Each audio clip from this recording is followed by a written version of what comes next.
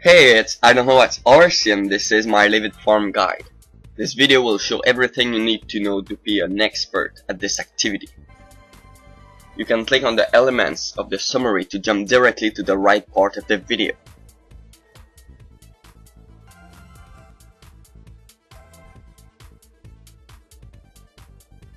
Even if only level 70 magic is required, I highly recommend to have at least level 91 magic, because otherwise you won't get the experience you should have for casting the spells, so you will waste a lot of experience. All you really need for this activity is Astral, Nature and Law runes with a Must staff or its equivalent, like a Earth staff and a Tome of Frost. You can also bring Death, Mind and Cosmic runes if you want to do the distraction, but I don't really recommend it, like I will explain later in this guide. Finally, you can bring fletching supplies because you will be idle many times during this activity. Doing the living farm is not that complicated. In fact, it's quite easy once you know what you're doing.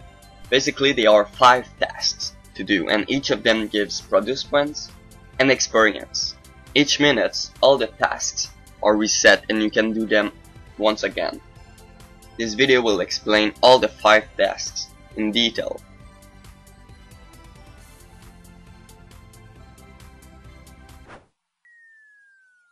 The first and easiest task is the fertile soil. All you have to do is left click on an empty patches and you got your produce point and experience. Keep in mind that there are always 3 empty patches per round. The second task is cure plants. In the little farm there are empty, normal and diseased patches.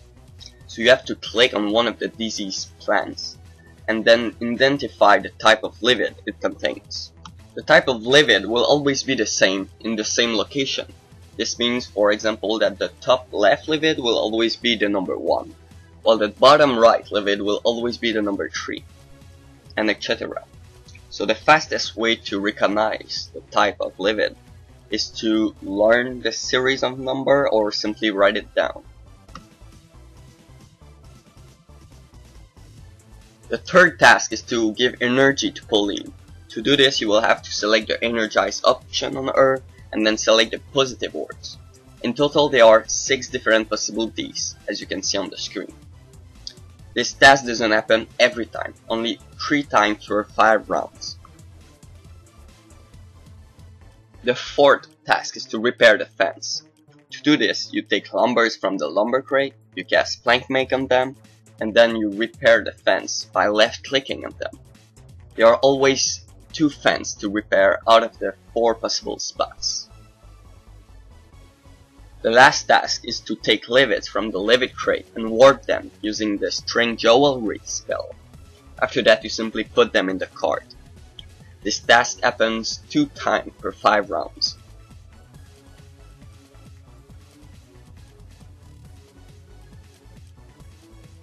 Okay, so first of all I fertilize the 3 empty patches. Once this is done, I cure the plants by selecting the right type of livids. For example, this one, because of its location, is the number 4, and this one will be the number 3. After this task, I energize Pauline by selecting the right dialogue. For example, Lockor will really appreciate this. Finally, I go repair the fence. A fast way to do this is to cast plank make and at the same time click on the fence. Both animations occur at the same time, so you will save time. Then you simply repeat these processes again and again.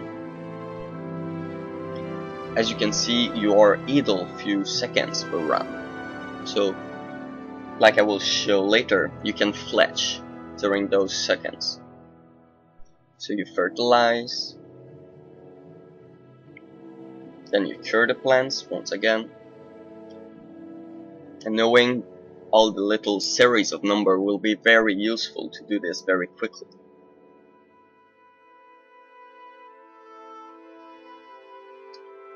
You energize Pauline once again, and you go repair the fence. When you don't have any lumbers left, you can click on the lumber crate to withdraw more of them. I suggest to select the take 5 option to save a little bit of time. So as you can see, I don't have anything else to do, so I start fletching.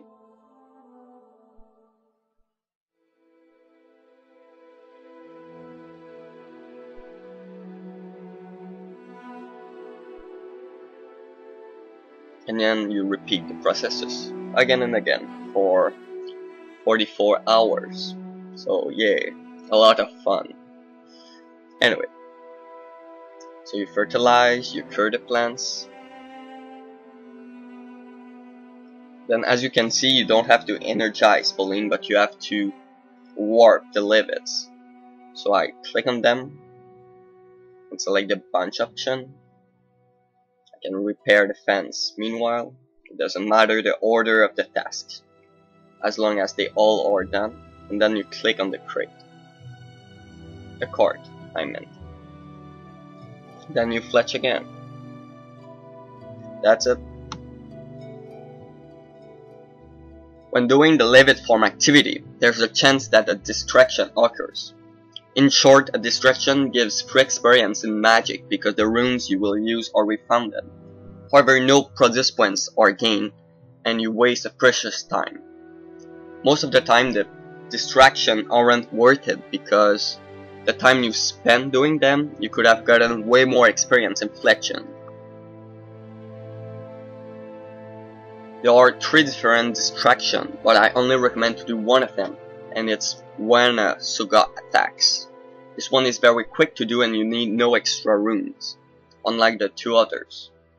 So basically you simply cast energy transfer on Pauline, and you get your free mage experience.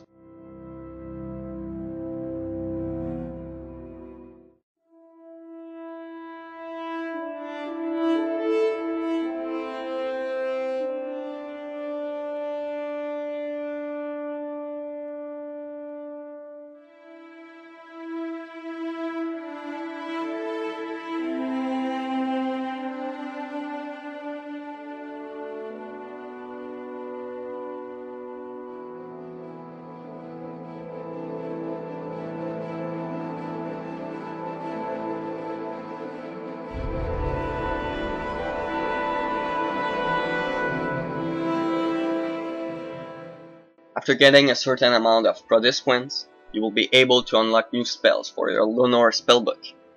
In total there are 11 new spells, but only 3 of them are really useful. The first one is Repair Rune Pouch for recrafting, Vengeance Crew that is very useful for dungeoneering, and finally Teleport to Trollium that is very useful for farming herbs. Unlocking all the 11 spells is a requirement for the completion-ish cake.